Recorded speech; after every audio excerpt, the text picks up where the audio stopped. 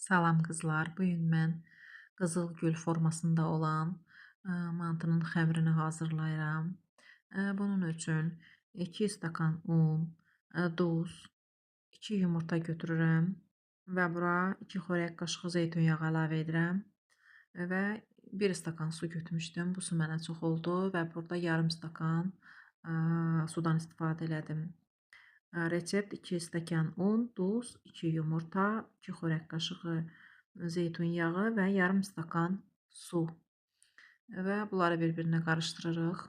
Yaxşı xəmirimizi yaxşı-yaxşı yoğururuq ki, yayanda əziyyət çəkməyək. Xəmir yoğurulub hazır olandan sonrasında bunu bir qaba yerləşdirib üzərini örtülüb hardasa yarım saat qoyuruq ki, dincəlsin.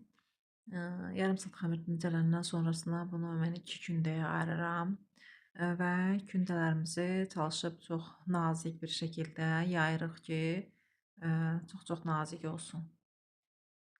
Burada göründüyü kimi yayıram birinci kündəmizi və çalışıram ki, kündəni nazildim və nazik bir hala salım.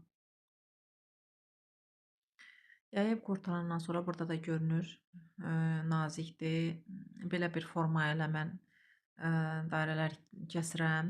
Əgər formanız yoxdursa, bunu stakan vasitəsilə də kəsmək olar, stakanın köməyi ilə. Və 4 dənə dairə götürürəm və bunları belə düzürəm və üzərinə ət yerləşdirib gül formasında bükəcəm.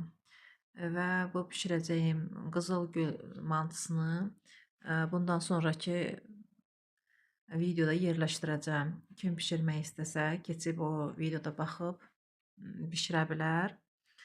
Güman edirəm ki, xoşunuza gələcək. Bizim çox xoşumuza gəldi bu yemək. Mən bu dərəcədə dadlı olacağını heç gözləməzdim.